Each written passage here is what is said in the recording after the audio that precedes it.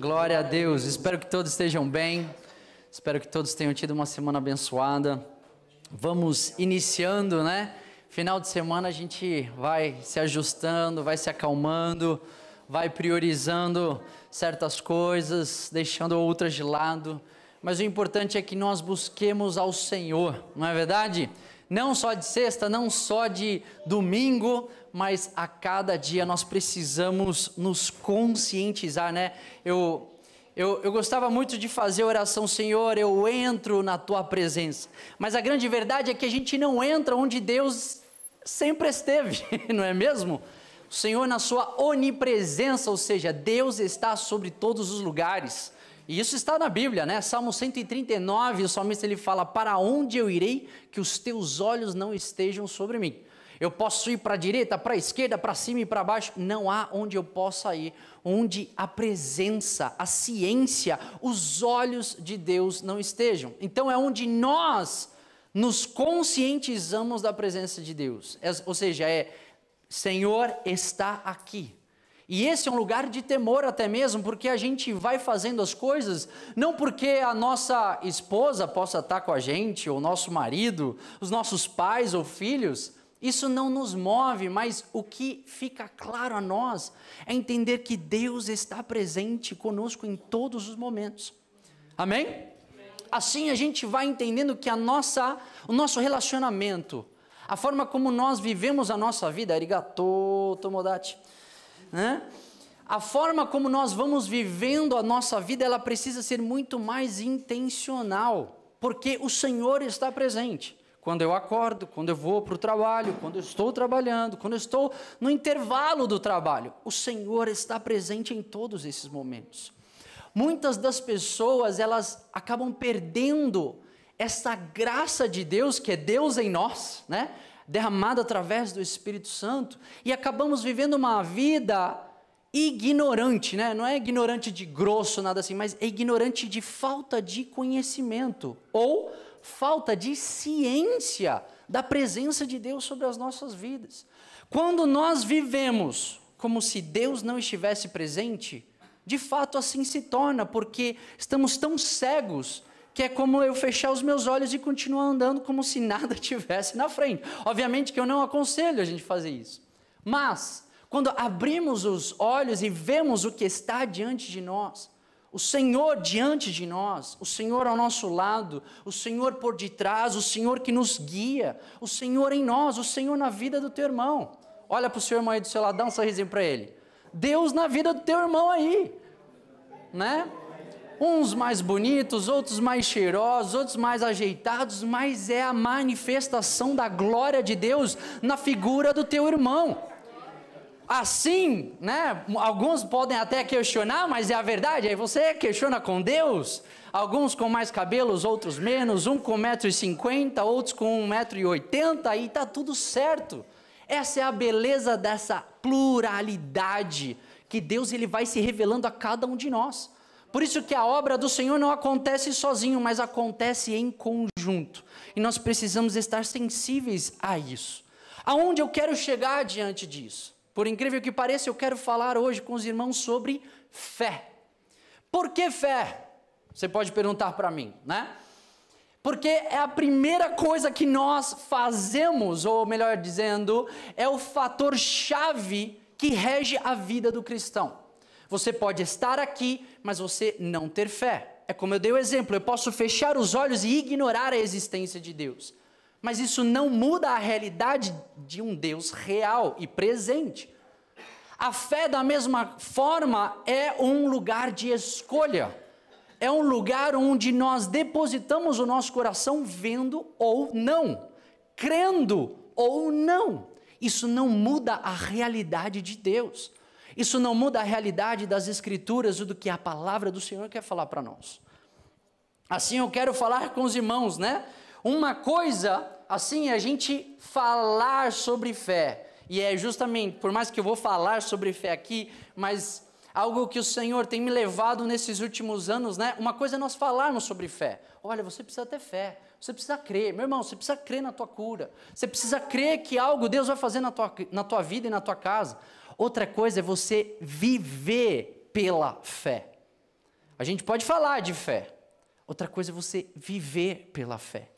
E eu quero, provocar os irmãos nessa manhã para que você não só fale sobre fé. Eu quero que você viva pela fé. Estão comigo? Ok? Uma das frases que eu achei muito bacana que a pastora Ju trouxe para a gente na semana passada, ela falou da questão do falar, né? Daquilo que nós falamos, proferimos, do como isso influencia o nosso ambiente e quanto isso revela o nosso caráter e o nosso coração. E um pouquinho antes de ela falar sobre o falar, ela falou sobre o ouvir, não foi? E o que ela falou sobre ouvir? Alguém lembra?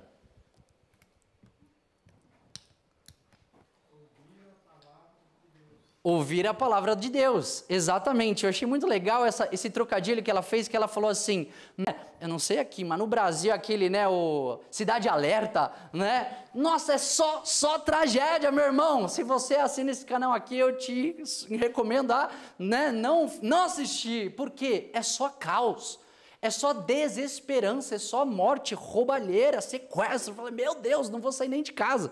Se eu que sou brasileiro, morava no Brasil, eu já ficava meio assim, imagina ouvindo, misericórdia, a gente fica na neurótica, fica neuróticos. Mas não, por quê? Porque nós como homens e mulheres espirituais nos alimentamos pelo ouvir e ouvir da palavra de Deus. Então o que nós estamos fazendo aqui, ao mesmo tempo que nós estamos servindo, nós estamos ouvindo a palavra do Senhor. Ali, isso está em Romanos capítulo 10, versículo 17. Se quiser, só anota que ali ele fala, a fé vem pelo ouvir e a ouvir a palavra de Cristo. Ouvir, o que é a palavra? A palavra nada mais é do que a revelação e o testemunho de Jesus. Se você for discorrer no Velho Testamento, se abrir Levíticos, meu irmão, se a gente sentar ali, você vai ver Jesus em Levíticos. Se você abrir em Efésios, você vai ver Jesus em Efésios. Se você abrir em Judas, você vai ver Jesus em Judas. Em todas as Escrituras, se você observar bem, pela ótica correta, Jesus está sendo revelado em cada passagem. Esse é o testemunho de Deus, esta é a revelação do Senhor, é a verdade do Senhor para nós. Estão comigo aqui? Amém. Eu gostaria que os irmãos abrissem comigo em Hebreus capítulo 11, versículo 1.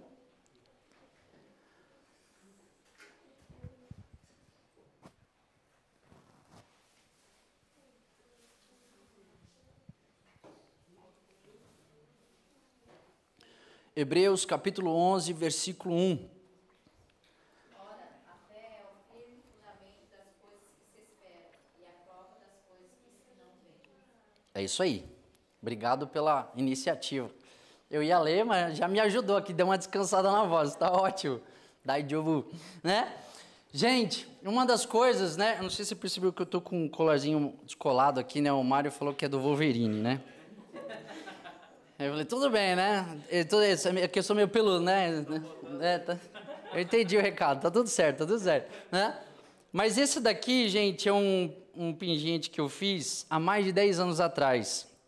E eu fiz questão de vestir ele hoje porque, além de botar o meu nome, o nome da Sara, o meu tipo sanguíneo, eu botei Hebreus 11, versículo, o versículo 1 de Hebreus 11. Por quê? Porque isso é um lema na minha vida.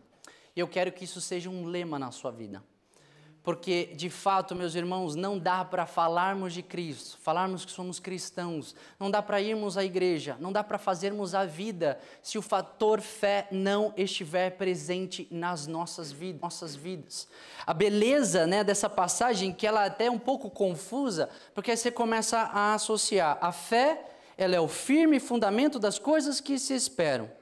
Tá, então, o que é fundamento? É base, é chão, Então, é um chão firme sobre a coisa que eu espero. Então, é como se ele falasse assim, a fé é o chão que você espera ter ao passo que você dá. Que é exatamente o que Pedro viveu isso quando pisou para fora do barco. Então, você fala, tá, mas como é que eu posso ter essa convicção de que vai ter chão se eu não estou vendo o chão? Difícil. Obviamente que ninguém vai sair se aventurando e fazendo loucura. Mas o que ele está falando? Olha ali a segunda parte, ele fala ali, é a prova das coisas que não se veem. Como é que eu posso provar para você algo que você não vê? Eu vou falar, Deus fez um milagre na minha vida. Cadê o milagre? A gente vai querer provas. Só que como nós podemos viver uma vida de provas sem ver? E essa é uma questão que buga a nossa cabeça. Já parou para pensar nisso? Às vezes a gente passa, lendo a Bíblia tão rapidamente e fala, ai, nossa, que palavras bonitas, bem colocadas. Mas já parou para pensar? Como é que a fé pode ser algo que tem chão, mas eu não vejo? Eu espero que tenha um chão, né? Eu não sei, aqui é tudo bonitinho, mas o farol no Brasil é um negócio complicado, meu irmão. No Brasil eu andava de moto, eu gostava de andar de moto também. E por mais que o farol estivesse fechado, para outra pessoa, para você tá verde, ainda assim você, no Brasil a gente tem que fazer o famoso farol alto e bibi, na moto ou no carro. Por quê? Porque sempre vai ter um abençoado que não está nem aí para farol ou cruzamento. Então não dá para eu confiar na pessoa. Mas o que me faz avançar, o que me faz continuar crendo que ninguém vai passar. Isso é um fator fé.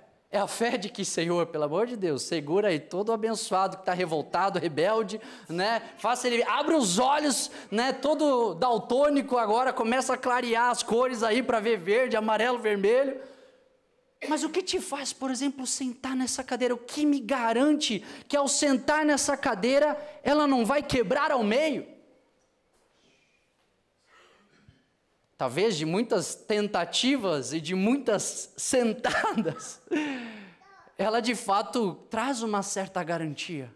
O que nos faz crer que esse teto não vai desabar sobre as nossas cabeças? Você tem fé para um teto? Mas será que você tem fé para crer no milagre de Deus na sua vida? Consegue ver que às vezes é mais fácil o teto desabar na nossa cabeça, uma cadeira quebrar, que eu já vi muita gente pagando mico, do que Deus ser infiel nas suas palavras. Isso põe em xeque muita coisa daquilo que nós cremos como igreja. A forma como nós vivemos está totalmente atrelado ao fator fé. Você crê? No que você crê? Eu sou crente. O ateu também é crente. Na ciência, na filosofia, no livro que ele lê, na sua lógica, na sua inteligência. Ele também é um crente. O que difere você de um ateu? O diabo conhece a Bíblia mais que muita gente aqui. Talvez até se somar alguns aqui, não bate. Mas o que nos diferencia? O que nos faz alcançar a graça de Deus? É justamente esse fator fé. A fé, no seu significado original, diz ser pistis, que é a convicção da verdade em algo. Qual é a convicção que você tem? Da verdade de Deus na sua vida. O quão verdadeiro Deus é na tua vida. O quão real Jesus é para você. Será que você crê que Deus ele é verdadeiro? Ou nós estamos aqui brincando de conto de fadas? É um conto? É uma história? É uma linda canção, um romance entre Jesus e a sua noiva. Mas será que nós cremos? Ao ponto de vivermos o sobrenatural de Deus e nos apropriarmos das suas promessas hoje sobre a nossa vida. Um dia o Senhor vai me curar. Um dia o Senhor vai mudar minha história. Não, Senhor, hoje eu creio e eu tomo posse sobre a minha vida, de que o Senhor já disse sim sobre aquela enfermidade, sobre aquela situação na minha família, sobre a minha situação financeira, sobre o meu lar. Jesus é essa esperança, é essa convicção, porque Ele mesmo se revela como a verdade. Se Ele já fez o impossível, que foi nos reconciliar com Deus. Meu irmão, eu não sei se você já leu o Velho Testamento, mas se você for entrar nessa jornada, eu queria que um dia você se aventurasse a anotar quantas vezes a Bíblia cita sacrifício. quantos animais foram mortos. E eu nem estou contando a época lá de Davi, quando ficou apavorado lá porque encostaram na arca e morreram. Ele dava 6 passos ali e matava um bichinho. 6 passos, matava outro bichinho. De tão temeroso que ele ficou. Mas ainda assim, nada disso aplacou a ira de Deus. O preço do pecado, senão Jesus Cristo. Aí você olha assim, talvez tenham sido milhões de animais. Mas só um homem foi capaz de quitar a dívida. Só um homem tinha esse saldo na conta e pagou à vista pela tua vida, meu irmão. Quando a gente olha o poder de Cristo na cruz do Calvário, morto e ressurreto, você fala, cara, não adianta, né? Muitos estudiosos falam da riqueza de Salomão, a gente vê até em filme de Indiana Jones, né? Falando das riquezas, das grandes proporções, mas nada disso se comparou à grandeza do poder de Cristo na cruz do Calvário. Isso faz com que toda a nossa vida seja revista, falar, opa, pera lá, eu sou filho do rei, estou vivendo como mendigo. E eu não estou falando só de finanças, meu irmão, eu estou falando de vida, de propósito, de sentido nessa vida, de estarmos direcionados pelo propósito de Deus. Assim, a fé é ver com os olhos espirituais, porque mesmo que não haja, se Deus que morreu diz que é para eu olhar crendo, né, eu dou um passo de fé. Se ele fala para eu olhar com os olhos da fé, como a prova daquilo que se espera, o lugar de fé é a própria prova.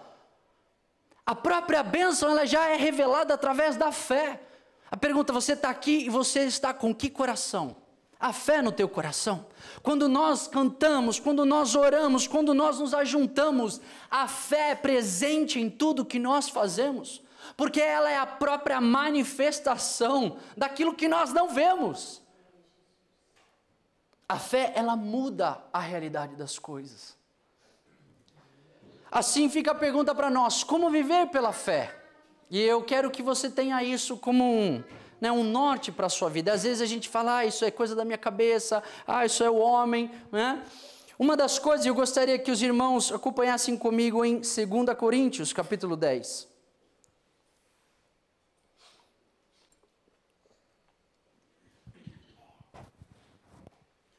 Quando nos achegamos à presença de Deus, nós precisamos preparar o nosso coração. Nós precisamos preparar o nosso espírito. Precisamos preparar a nossa mente. Eu quero deixar um modelinho para você, digamos assim, para que quando você entrar na presença de Deus, você já começa por aí. Que diz assim, 2 Coríntios, capítulo 10, versículo 5. Destruirmos argumentos e toda pretensão que se levanta contra o conhecimento de Deus, e levamos cativo todo pensamento para torná-lo obediente a Cristo. Ou seja, Senhor, eu coloco o meu pensamento na tua verdade. Eu vou querer vir com a minha verdade, eu quero que a minha verdade ela seja estabelecida, mas a tua verdade não opera no milagre. Para que nós possamos operar no milagre é necessário adentrarmos e colocarmos preso na verdade do Senhor. É nesse momento que nós começamos a viver o sobrenatural e o milagre de Deus. E eu quero que você coloque a sua mão sobre a sua cabeça. Vamos repetir isso sobre nós. Fala comigo.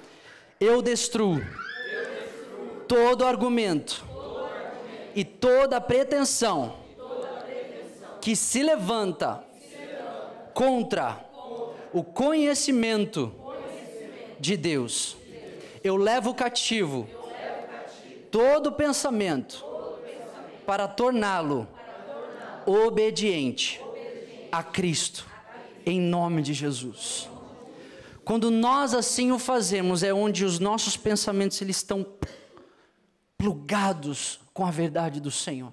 Todo momento que vier dúvidas, todo momento que vier incredulidade, todo momento que vier incertezas, Pega 2 Coríntios capítulo 10, versículo 5 e começa a declarar sobre a tua vida. Eu não aceito a incredulidade da minha mente. Um pastor falava para mim, ele fala, olha, se você não se atrapalhar, né, é só deixar Deus fazer. Tira você do caminho e Ele vai fazer.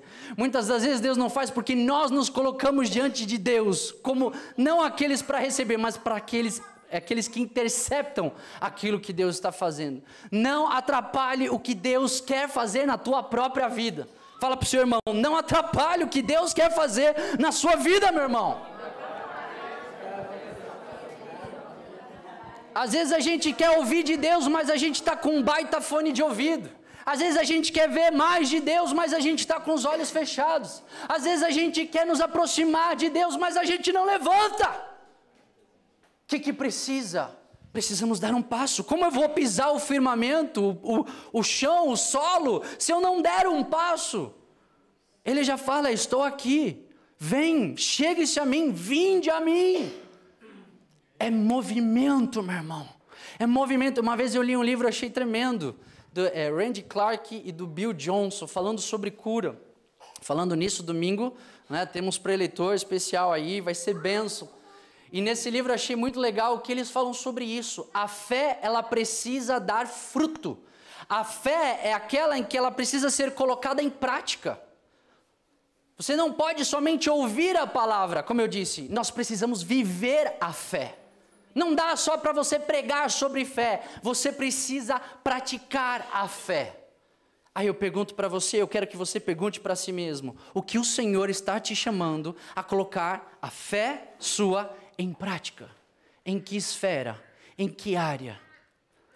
Eu não estou falando para sermos irresponsáveis, mas por um lugar onde nós colocamos a nossa mente cativa no Senhor, começamos a viver, ou seja, saímos da frente e começamos a viver aquilo que o Senhor tem para nós. O que o Senhor tem para você e o que o Senhor está fazendo com você. Alinhamentos precisam ser feitos para que a gente receba toda a porção dele. Ali em Tiago, capítulo 1, versículos 6 e 7. Só anota, vamos correr aqui um pouquinho.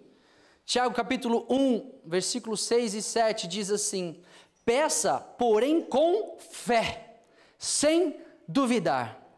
Pois aquele que duvida é semelhante à onda do mar. Não pense tal homem que receberá coisa alguma do Senhor.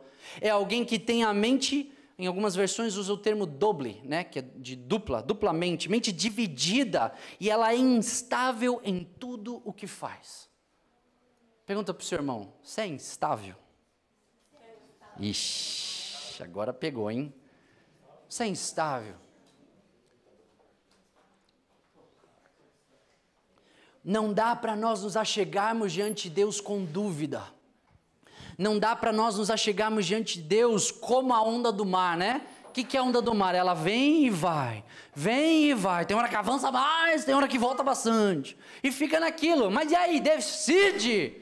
Né? Cutuca o seu irmão. Decide, meu irmão. Decide, ou vai ou racha, né? A grande verdade é essa. O Senhor mesmo, Ele fala, eu vomito os mornos. É melhor que você seja frio do que ser morno, do que ficar, né? Vai, velho, né? Parece sei lá o quê, né? Uma gangorra. Nada de gangorra com a fé, meu irmão. Ou vai ou não vai. Ou crê ou não crê. Mas não dá para ficar em cima do muro. Quando entramos na presença de Deus, entra com ousadia na sala do trono. Esse é o lugar que o Senhor está sacudindo a igreja. Porque se a gente for olhar com os olhos naturais, vamos fechar esse lugar. Mas nós não andamos por vista, nós andamos pela fé. Isso foi algo que eu falei no Brasil, quando nós voltamos agora no final do ano. Eu falei, meus irmãos, a gente olha a cultura japonesa, ela é tão fechada que nem precisou de perseguição. Tudo bem, teve lá atrás com os jesuítas e tudo mais, mas hoje não há. O índice é tão baixo, mas não é por conta de perseguição, é por quão fechado a cultura é. Agora, se eu for nessa mentalidade de ver as dificuldades, de ver os contextos, a cultura, não, o povo é assim, os japoneses são assim, a nação é assim. Se eu for nesse é assim, gente, não fazemos mais nada. Jaz do maligno. E nos conformamos, quando a palavra fala, não vos conformeis com este mundo. Não vos conformeis com este povo, com essa nação, com essa cultura, porque no fundo nós vamos vendo consequências do próprio pecado na terra. É cultura desde a Segunda Guerra Mundial. E o que era antes da Primeira e antes Guerra Mundial? Era uma outra cultura. A cultura muda, o Senhor não muda. As verdades, elas são relativas. A do Senhor não é relativo. Não é à toa que tentam calar a verdade, mas ninguém consegue. Posso não pregar, mas ela continua tão viva e eficaz que te faz estar aqui sexta-feira depois do trabalho. O que te faz chegar aqui cansado, mas estar aqui. É uma verdade que transforma, é uma verdade que liberta, é uma verdade que nos traz esperança, é uma verdade que fortalece a nossa fé, meu irmão. Por isso nós não andamos por vista, e é a fé que nos faz ir para as ruas, olhar, falar, pregar o evangelho com fé, crendo. Eu não vejo nada, eu não vejo chão, eu não vejo futuro, eu não sei o que vai ser daqui 3, 5 anos, mas não importa, porque não é isso daqui que rege a minha vida, a minha realidade, ou sequer a realidade de Deus. É a fé, meu irmão, é a fé que muda a história. Só precisamos talvez de 1 ou 2 homens, mulheres, com fé o suficiente para crer que Deus pode transformar a história dessa nação. Quantos estão dispostos a isso? Quantos estão dispostos a algo mais? Há algo mais e não podemos nos conformar com essa realidade. E o Senhor sabe muito bem disso. E a palavra está aqui, bombardeando dentro de nós para que nós adentremos nesse lugar. Não podemos ser como a onda do mar, inconstantes, com dúvidas, mas precisamos adentrar com fé. Vamos, pastor, é para ir sem vício? Vamos, né? Mas não sei o que, a gente ouve isso no Brasil, nossa, mas vocês vão sem fé? Eu acho que é Deus falando que não é. Eu poderia ir nessa. Esse é o olho natural, essa é a mentalidade natural. Mas desde quando o crente vive pelo natural? Deveríamos viver pelo natural? O justo viverá pela fé. Quem é justo aqui? Amém. Você está vivendo pela fé? Amém? Tem certeza? Tá vendo aqui? Tem uma câmera aqui, Jesus está vendo, está gravado, está ao vivo, está transmitindo. Tá mesmo. O ponto é que há o fator fé que precisa estar presente, meus irmãos. Mateus capítulo 13, 58, vamos correr aqui. Mateus capítulo 13, versículo 58, olha só que coisa louca. Às vezes é outra das passagens que a gente passa o olho rápido, né? E não percebe algumas coisas. Concordemos que Cristo é Deus encarnado. Deus cura, Deus salva, Deus liberta. A hora que Ele quiser, como Ele quiser, de que forma que Ele quiser. E uma das belezas de Jesus é a sua multiforme ação de curar e de fazer as coisas. Mas olha só que coisa doida ali, Mateus 13, 58, fala ali, e não realizou muitos milagres ali por causa da incredulidade deles. Mas Ele não é Deus? Ele não é Deus encarnado? Como João 1 vai falar que Ele era na eternidade, todas as coisas foram feitas por Ele, e nada daquilo que foi feito sem Ele foi feito. Tudo foi através da palavra, do Logos, o verbo encarnado, Jesus Cristo. Como pode Ele passar e coisas não acontecerem, meu irmão? Pera lá. Ele perdeu o poder? Jesus perdeu o poder? Você acha que Ele perde poder? Será que Ele ficou enfraquecido? Tinha uma criptonita na cidade. Não, Ele não mudou. A realidade dele, o poder dele, nada mudou. Mas tinha um fator, a falta de fé.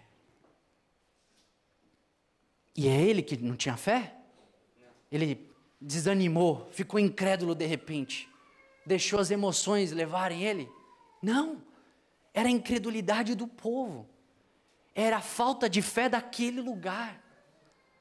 Uma semente que carrega vida, se um solo não tiver vida, se um solo não for fértil, a semente não gera, a semente não dá fruto. não nasce nada. É a mesma coisa. Eu quero chamar a nossa atenção aqui, porque como nós temos nos achegado à presença do Senhor, como você entrou aqui, como está o teu coração? A tua mente está onde, meu irmão? Às vezes a gente está fechado. Você vem, você está aqui, culto de sexta, você vem, vai nos jovens, lembrando, amanhã tem culto dos jovens às 19 horas aqui. Você vem no culto dos jovens, você vem no culto às 10, você fica para o almoço. Você participa do Telegram, você participa do devocional, você participa de departamento, você fala de Jesus. Mas e se a nossa mente está fechada? Se o nosso coração está fechado para receber o que Deus está falando a nós? Há como receber?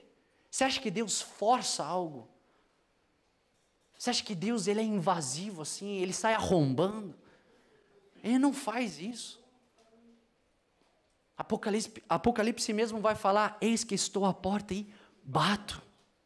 Hoje ele bate na porta da sua mente. Hoje ele bate na porta do teu coração. E o que você vai fazer? Você fala, deixa para lá. Alguém está batendo aí, daqui a pouco para. No Brasil a gente faz isso. Porque é testemunho de Jeová, é pedindo coisa, é não sei o quê, é querendo vender coisa. Espera um pouquinho que para. Mas será que a gente também não está fazendo isso com o Senhor? Ele está batendo. O Espírito Santo está incomodando, não faça isso, não fala isso, não vai para esse caminho, não fala isso. E às vezes a gente está só simplesmente ignorando. Às vezes Deus está falando através de pessoas, e a gente fala, ai, como você é chato. Não me enche. Estamos ignorando aquilo que o Senhor ele está nos despertando. Por quê? Porque a fé, ela é necessária em nós, para que os frutos sejam manifestos, meu irmão. E Deus ele quer manifestar os frutos na sua vida. Fala para a pessoa que está do seu lado, Deus quer manifestar os frutos dele na sua vida.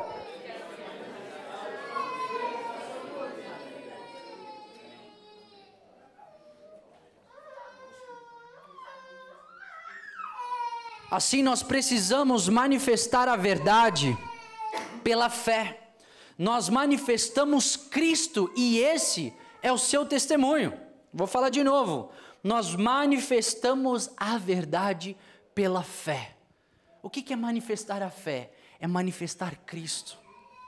É revelar Cristo através da nossa fé. Ali, Lamentações, capítulo 3, versículo 21, até o 25, mais ou menos, só anota também. Lamentações, capítulo 3, versículo 21, diz assim, quero trazer à memória o que pode me dar esperança. As misericórdias do Senhor são a causa de não sermos consumidos, porque as suas misericórdias não têm fim. Fala comigo, não tem fim. Renovam-se a cada manhã, grande é a tua fidelidade. A minha porção é o Senhor, diz a minha alma, portanto esperarei nele. Bom é o Senhor para que os que esperam nele, para a alma que o busca. Consegue entender que o trazer à memória é justamente esse lugar onde eu vou na palavra do Senhor, como nós falamos, né? É ouvir, né? A nossa fé vem pelo ouvir e ouvir da palavra de Deus, ou seja, é ouvir a verdade não do homem, mas ouvir a verdade de Deus. Quando nós não estamos caminhando pela fé, quando estamos ouvindo a verdade do homem, quando nós não estamos trazendo à memória aquilo que nos traz esperança. Como eu posso me encher de esperança? Meu irmão, você está desanimado? Abre a palavra do Senhor. Você está triste? Abre a palavra do Senhor. Você está desesperançoso? Abre a palavra do Senhor em Lamentações 3. Vou trazer a memória, vou me lembrar daquilo que Deus já fez, porque se não fosse a misericórdia do Senhor, eu teria sido consumido, eu já estava morto. Mas é por conta dele que hoje eu posso crer, hoje eu posso tomar posse, hoje eu posso me apropriar das promessas dele, da realidade dele sobre a minha vida. Mas eu orei e nada aconteceu. O problema está na semente ou está no solo? O que isso faz? O que isso quer dizer? Eu não cesso de orar. eu não cesso de buscar, eu não cesso de correr atrás do Senhor. Senhor, o Senhor tem vida, o Senhor é a vida, não há vida sem a vida, não há vida sem o Senhor, não há outro caminho. Para onde eu irei, né? Para onde eu irei? Não há outro lugar, só Ele tem as palavras de vida. Ou seja, não adianta eu fazer outra coisa, não adianta eu desanimar e o Senhor não quer fazer, não, é um posicionamento do nosso coração. Tem um evangelista, eu gosto muito dele, chama Todd White. Eu não sei se já viram falar, eu até recomendo você pesquisar no YouTube. Ele tem uns rastafari, assim, uns dread, que vem até aqui, já é um tiozão aí, né? E meu irmão, ele queima por Jesus. Ele queima, você olha, eu assisto as pregações dele, me dá vontade de chorar. E não é pelo que ele fala, não, é só de ouvir, ele parece que ele carrega um amor, uma unção. E uma das coisas que ele conta do testemunho dele, ele era dependente químico. Ele teve livramento de morte, de tiro, essas coisas, ele contrabandeava droga. Um passado terrível, mas Deus praticamente tomou para si, né? E ele virou um evangelista, e hoje move em dons, move em cura. E uma das coisas interessantes que eu acho legal que ele fala que quando o Senhor começou esse ministério com ele, o Senhor falou, vai lá e ora para a senhorinha no mercado de cadeira de roda. E aí diz que ele ia lá assim bem sem travas, ele é meio assim, atiradão, né? E ele chegava assim, Deus vai te curar hoje, ele orava, né? Chegava lá, levanta, tentava fazer a senhorinha levantar, e nada dela levantar. Aí ele falou, puxa vida, não, mas Deus vai te curar. Orava de novo, e nada da senhora, né, ser curada. Ele, Deus, o que está acontecendo? E ele, assim, animado e continuando. E a senhora, naquele caso, não foi curada. Ele cita que ele orou por 1000 pessoas enfermas, com essa mesma motivação e esse mesmo coração. Meu irmão, eu acho que na segunda eu já estava desanimado. Eu não vou negar que eu já passei por isso, de e não acontecer. Mas o testemunho dele me exortou, meus irmãos. Porque às vezes a gente acha que a fé é aquele negócio papum. E não é. Por quê? Porque nós achamos que temos fé. Achamos que temos o que precisamos. Eu sei, eu conheço. Não, mas você tem a fé aqui.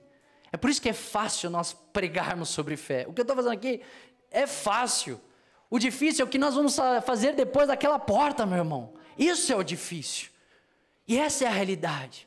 Se não acontece, você tem fé para continuar crendo? Você tem fé para no dia seguinte você chegar no mercado e orar para uma pessoa que está com uma bengala, com uma muleta, uma cadeira de roda? Sabe o que o diabo ele vai fazer? Ele vai fazer o quê? Olha a tua história, olha o teu passado, olha o acontecimento do dia anterior. Aí o que a gente faz? A gente volta ali, como nós lemos, e falamos o quê? Eu destruo todo argumento. Eu destruo toda a pretensão que se levanta contra o conhecimento de Deus. E eu levo cativo todo pensamento para torná-lo obediente a Cristo. É isso que nós precisamos fazer. Ele fala, né, Todd White, ele fala que ele orou 1000 vezes. Pessoas com um problema na perna, no braço, no baço, não sei aonde mais. E nada. E ele continua, meu irmão. Hoje a gente sabe que foram 1000 tentativas, mas ele não sabia. A pergunta que faço para nós é, até onde você está disposto a ser um justo que vive pela fé? Até onde você está disposto a ir para ver o sobrenatural de Deus? A gente tenta uma, tenta duas, tenta 3, aí sabe o que o diabo fala? Ou a tua verdade, você fala para você? Isso não é para você.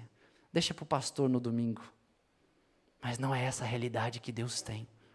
Sabe por que um pastor está vindo que move em cura para a igreja? Porque eu entendo que Deus está nos despertando como igreja. E algo Ele quer derramar sobre nós para que nós nos alinhemos a perseverar no lugar de fé. Porque a fé não é uma escolha, meu irmão. Sem a fé não temos salvação. Consegue entender isso? A fé não é um grão que você come num dia. Não, é algo que você cultiva. A presença de Deus é algo que eu me achego com fé, crendo que Ele é galardoador daqueles que o buscam. Senão, Você pode pedir, você pode buscar, você pode chegar meia hora antes do culto começar. Nada vai acontecer na sua vida. Ah, mas eu coloco o meu nome, eu faço isso e tal. Mas a fé, ela está desalinhada à verdade de Deus. E é aí que quando tudo se alinha, é como uma tubulação. Imagina, um tubo aqui, outro tubo aqui, outro tubo aqui. Tem como chegar? Não tem. Por isso que alinhamento ele é necessário, coisas precisam ser colocadas no lugar, incredulidades precisam ser retiradas, trazer à memória é lembrar das coisas que o Senhor fez, os milagres que já aconteceram. Quantos milagres você já viveu? Quantos testemunhos você carrega, meu irmão? Eu não sei qual é a tua história, mas se eu sentar com você, é bem provável que você tenha muitas coisas para contar. Mas quantas dessas histórias estão carregadas de fé, por algo sobrenatural que Deus fez na tua vida? Eu lembro uma vez, estava em Kansas, a gente estava estudando e era uma aula sobre cura. Ela era aula de cura. E foi muito interessante que o professor... ele trouxe um bando de gente enferma na sala de aula. Ele trouxe, botou na frente, ele falou assim, então, agora vocês vão curá-las. A gente olhou assim, misericórdia. Nossa, eu cuspi legal agora. Misericórdia. Eu estou parecendo meus professores da faculdade, que você ficava assim, né? Gente, gomem, né? Se chegar aí, viu? Passa um lustramóvel aí, depois eu... Deixa eu beber uma água aqui, essa ali vai secando. Misericórdia, chuva de bênçãos, chuva, né? E eu lembro nessa aula, chegou ali, ele falou, então, nós vamos curar essas pessoas. E as pessoas começaram a relatar, meu irmão, deu um medo na hora, a gente sentou ali e falou, tipo, eu não me garanto, você se garante? E aquele clima, e as pessoas começaram a falar, não, quando eu tinha tantos anos, eu caí, machuquei, e desde então eu manco, né? Então tinha gente de cadeira de roda, tinha gente de muleta, tinha de tudo. E o que ele fez? Então a gente vamos nos distribuir aqui, 2, 3 montinhos, e cada grupo de pessoas vai orar por uma pessoa, né? E a gente fez isso, meu irmão. E foi uma experiência tremenda, porque a gente pegou uma moça, eu não sei se já aconteceu com você, mas sabe quando você vai tendo acidentes na mesma área? A moça, ela teve vários acidentes no joelho dela. Então ela caiu, detonou o joelho, sei lá, tinha rompido o ligamento. Foi andar de barco, na hora de entrar no barco, escorregou e pá, bateu de lado no joelho. Aí não sei qual a situação, e não sei o que, pá, e é o mesmo joelho. Todas as vezes era o mesmo joelho que... Coitado do joelho. E sabe o que era pior, né? Mas assim, a situação é que ela tinha um ministério de dança. E uma das coisas que mais entristecia ela era porque ela não podia dançar para o Senhor. E nossa, aí te quebra, né, meu irmão? Você fala, não, Senhor, não é possível, não é possível. E foi muito legal que nós nos reunimos com aquela mulher, colocamos ela sentada, estica a perna, vamos lá, vamos orar por ela, né? E a gente colocou a mão no joelho dela ali e começamos a orar. E uma das coisas legais é você declarar as palavras da Bíblia que fala sobre cura, né? O Senhor fala, ide e curai os enfermos. Senhor, assim como o Senhor me mandou curar, eu declaro ser curado agora em nome de Jesus. Senhor, se o Senhor nos curar, de fato seremos curados. Senhor, em Isaías fala que o Senhor tomou sobre si as minhas dores e enfermidades. Nós lançamos na cruz do Calvário e declaramos agora a cura em nome de Jesus. E foi assim, um circuito, todo mundo orando ali por aquela mulher, foi muito interessante, e a galera assim, ó, pá, assim, sabe, né, sangue nos olhos, né, sangue nos olhos. Aí terminamos assim, né, o ânimo acalmou, e aí paramos olhando para a mulher, e aí, né? E é legal que eles falam assim, vamos medir de 1 a 10, né? Antes de orar, a gente pergunta, de 1 a 10, qual é o nível da sua dor? Né? Aí ela falou, agora que eu tô quieta, eu tô sentindo dor 7, né? Mas se eu ando, dor 9. Tipo, quase máximo de dor. E aí é legal que a gente investiga e pergunta, agora, depois que oramos, qual que é o nível da sua dor? E foi muito legal que ela falou, eu tô sentindo queimar na região. estou sentindo esquentar. E a Dora foi para 6. A gente olhou assim, não vai ficar barato, não vai ficar por isso, né? E uma das referências que a gente usa é quando Jesus ora pelo cego, o que o cego fala, né? Eu vejo como árvores andantes, né? E ele orou de novo. Então, se Jesus orou de novo, gente, você vai orar 10 vezes, 1000 vezes, que nem o Todd White. Ora 1000 vezes, mas ora, meu irmão. Não desanima, tenha fé, né? E foi o que aconteceu. Nós fomos lá e fizemos mais um rodízio. Xarabalabassúria, Sirianda lá na praia, Rebuque Pumanai, que foi com tudo, entendeu? Alguns entenderam a referência, outros não, mas tudo bem. Depois você assiste a transmissão. Oramos ali, fizemos uma oração declarando a palavra do Senhor. E foi muito legal, porque ela, nossa, eu estou sentindo formigar, agora está formigando, né? E, sei lá, acho que reduziu para 4. Aí você fala, nossa, está difícil esse número, né? Misericórdia, vamos zerar esse negócio. Cristo morreu na cruz por completo. Ele disse, tetelestai, está consumado na cruz do Calvário. Se Cristo morreu por completo e hoje eu tenho garantia de vida eterna por completo, não é meio Ian que vai para o céu, não é meio Mário que vai para o céu, não, vamos por completo, né? Nossa alma, nosso espírito vai por completo. Então, da mesma forma, Senhor, nós declaramos a cura por completo. Enfermidade, você é ilegal, você sai agora em nome de Jesus. Quebramos todo o contrato, toda a concordância em nome de Jesus. E foi muito legal que aí fizemos a terceira Xeramanaias, né? E aí ela começou a mexer assim, meus irmãos, ela pulou da cadeira. Foi muito doido, até a gente parou assim, é sério? É sério que você foi curado? Não, é mentira. Só faltou a gente falar isso assim, sabe? Até nós, olha só como a dúvida bate. Olha só como a incredulidade, sabe a onda do mar que ele fala do vem e vai? É aí que o diabo ele quer nos roubar, nós que estamos ministrando. Ele falou, pera lá, amém, você está curado em nome de Jesus.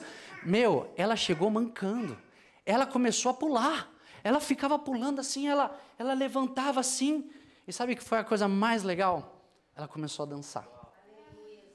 Putz, ela começou a dançar, meus irmãos. A partir daquele momento, a sala mudou a atmosfera. A sala mudou a atmosfera. Porque a fé começou a habitar no meio. E foi onde a gente começou a ver do outro lado outra pessoa pulando. Pulando de alegria. Meu irmão, aquilo me quebrou. Porque no fundo nós vamos vendo o quanto nós somos incrédulos. Eu estava numa faculdade de seminário teológico. Eu já estava no 3º ano dos meus estudos, de 4 anos. E ainda tão incrédulo no meu coração. O Senhor está nos despertando como igreja, para que nós tenhamos fé, meu irmão. A fé, ela muda ambientes, a fé, ela muda história, a fé, ela muda culturas, a fé, ela muda realidades, porque a realidade de Deus na nossa vida é a realidade de Deus na sua vida. A questão que o diabo ele quer te prender para que você esteja sempre condicionado ao homem natural. A verdade do homem é que nada vai acontecer, que não há cura sobre a tua vida, que nada vai mudar. Mas nós não vivemos por aquilo que vemos, meu irmão. Nós vivemos pela fé em Cristo Jesus. É essa realidade que nós nos agarramos. É essa realidade que o Senhor prometeu para mim e para você. E Deus, Ele quer te chamar, Ele está te chamando, mas Ele quer que você viva nessa esfera de convicção, sem duvidar, sem vacilar, sem ser inconstantes, mas crendo na promessa do Senhor. É nesse momento que a graça de Deus vem, porque Ele fala, agora você está começando a entender o que eu estou falando, agora você está começando a sentir o que eu estou falando há tanto tempo, tão somente creia, diz a palavra, tão somente agarra a essa verdade. Mas Senhor, tudo diz ao contrário, todo mundo me fala o oposto. Não importa o que os homens estão falando, não importa para onde os homens estão indo, aonde Jesus está indo, é para os vales, é para lá que eu vou. Se Jesus está no deserto, é para o deserto que eu vou, meu irmão. Se Jesus está no Japão, Sara, arruma suas malas, a gente está indo para o Japão com ou sem visto, isso não importa, mas eu creio, não por aquilo que eu vejo, não por aquilo que eu tenho na minha mão, mas por quem eu creio e aquele que habita no meu coração. Você precisa ser movido por aquele que habita no teu coração, você precisa viver por aquele que move o teu coração. Não é aquilo que você escuta do homem, não é aquilo que você vê, não é aquilo que você carrega, não é o dinheiro que você tem no bolso, meu irmão, isso pouco importa. Você acha que Deus precisa de dinheiro? Tem homens que estão perecendo porque falta dinheiro. Deus, ele fala, eu curo, não preciso de dinheiro para curar, porque eu sou a vida, eu sou a verdade, eu sou o caminho, não há outro, senão eu. Jesus, ele está falando. E é nesse lugar, meu irmão, que a gente se agarra e não solta, porque você vai tentar ir para outros lugares e com certeza esses outros lugares não carregam vida, não tem vida, tem cara de ter vida, mas quando você vai ver é oco, é vazio, não tem nutriente, é um placebo, né? O que é o placebo? É algo que você bebe, não, a pílula que você bebe achando que vai fazer alguma coisa. É puro psicológico, mas não tem nutriente, não tem medicamento, não tem nada. É tempo de nós nos agarrarmos pela fé daquilo que o Senhor está fazendo. A história da mulher hemorrágica, eu quero só ler e encerramos aqui, mas Marcos capítulo 5, versículo 26, ele fala assim, ó, chegou uma mulher que fazia 12 anos, lembra do Todd White que orou 1000 vezes para uma pessoa ser curada? É tipo a mulher hemorrágica, 12 anos, meu irmão, 12 anos é uma vida, é uma criança, 12 anos que estava com hemorragia, fluxo de sangue, havia gastado tudo o que tinha. Às vezes a gente está falando, Deus me dá dinheiro para eu usar para ser curado, Deus está falando, eu não vou te dar o dinheiro, eu vou te curar. Consegue entender que às vezes a gente quer fazer dos meios o fim, quando na verdade Ele é o fim. Ele está falando, você está buscando no meio aquilo que é o fim. Vai para a fonte, vai para o destino, vai para onde você tem que ir. Olha ali, ele fala, ela havia gastado tudo que tinha, tratando-se com muitos médicos. Estes a fizeram sofrer muito, mas em vez de melhorar, ela havia piorado cada vez mais. Ela havia escutado falar de Jesus. Ela havia o quê, vô? Escutado falar de Jesus. Ela ouviu a verdade. Então entrou no meio da multidão e chegando por trás dele, tocou a sua capa, pois assim pensava, se eu apenas tocar a capa dele, eu ficarei curada. Logo, o sangue parou de escorrer e ela teve certeza de que estava curada. No mesmo instante, Jesus sentiu que dele havia saído poder. Então virou-se no meio da multidão e perguntou, quem foi que tocou na minha capa? Os discípulos responderam, é sério isso? Tá tirando, né? Jesus, eu sei que você é Deus, né? Mas perguntas idiotas, né? Podem ter pensado e falaram isso, mas Jesus, como assim? Que eles falam assim, né? O Senhor está vendo como esta gente o está apertando de todos os lados e ainda o Senhor pergunta isso, né? Que pergunta, Jesus? Mas Jesus ficou olhando em volta para ver quem tinha feito aquilo. Então a mulher, sabendo o que lhe havia acontecido, atirou-se aos pés dele, tremendo de medo, e contou tudo. E Jesus disse, minha filha, você sarou, porque teve fé. Vá em paz, você está livre do seu sofrimento. Meu irmão, tinha tantas pessoas tocando Jesus, por que não foram curadas? Tinham tantas pessoas apertando Jesus, segurando em Jesus, agarrando em Jesus. Elas queriam algo, mas elas queriam buscar Jesus com a verdade delas, com a verdade do homem, com a revelação do homem, com as circunstâncias do homem. Adianta tocar Jesus? Jesus pode estar aqui, mas se você não tiver fé, ele vai ser só um homem talvez barbudo, talvez mal vestido aos seus olhos, talvez uma beleza que não seja o que você vê em quadros na internet. Mas você fala, esse é Jesus? Isaías fala isso, ele era desprovido de beleza. É outra palavra para falar que ele era feio. Talvez uma napa, né? Porque era ali da região, né? Agora, o que fez uma mulher alcançar uma graça pela fé que os outros não alcançaram? Foi o fato não do toque em si, mas foi a motivação pelo toque. E o entendimento, porque ela ouviu que Jesus estava passando. Ela não ouviu que um profeta que fazia lá umas mandingas, que fazia lá, né, lia a sua mão, que fazia tarô, carta nos búzios, escambau, podia fazer alguma coisa. Não! Ela ouviu de Jesus. Quem é Jesus? O Filho de Deus.